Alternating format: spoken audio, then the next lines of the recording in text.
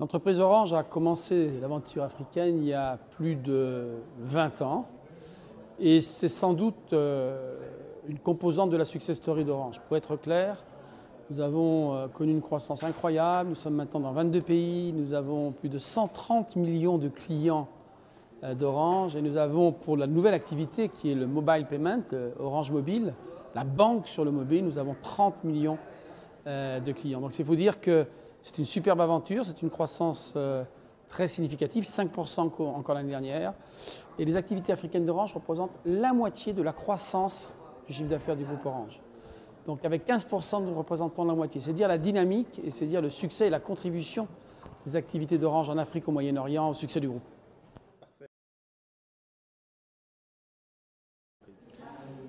La première chose, c'est qu'il a raison d'hésiter. On ne va pas en Afrique sans un projet, sans une vision, une perspective de son développement, sans des contacts locaux qui permettent de nouer des partenariats solides.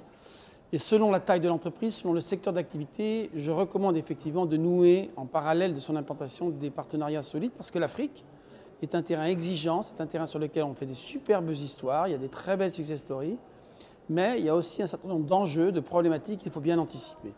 Et pour se dire les choses, moi, le conseil que je donne souvent aux jeunes entreprises, c'est réfléchissez au coup d'après, parce que c'est vrai que quand on est monopays, dans un seul pays, on s'expose évidemment à des enjeux importants et que l'une des clés du succès d'Orange, alors ça peut prendre du temps, c'est pour ça qu'il faut avoir une perspective de long terme, il faut avoir des partenaires, il faut avoir des reins solides. Parce qu'une des clés du succès d'Orange, c'est que quand vous êtes présent dans 22 pays, si vous avez des difficultés, une crise sociale, une crise politique, une tension dans le relationnel, dans un pays ou deux pays, le reste de l'ensemble continue à être dans une belle dynamique. Quand vous êtes dans un seul pays, évidemment, c'est vous exposer du jour au lendemain des situations très difficiles dans l'un d'entre eux.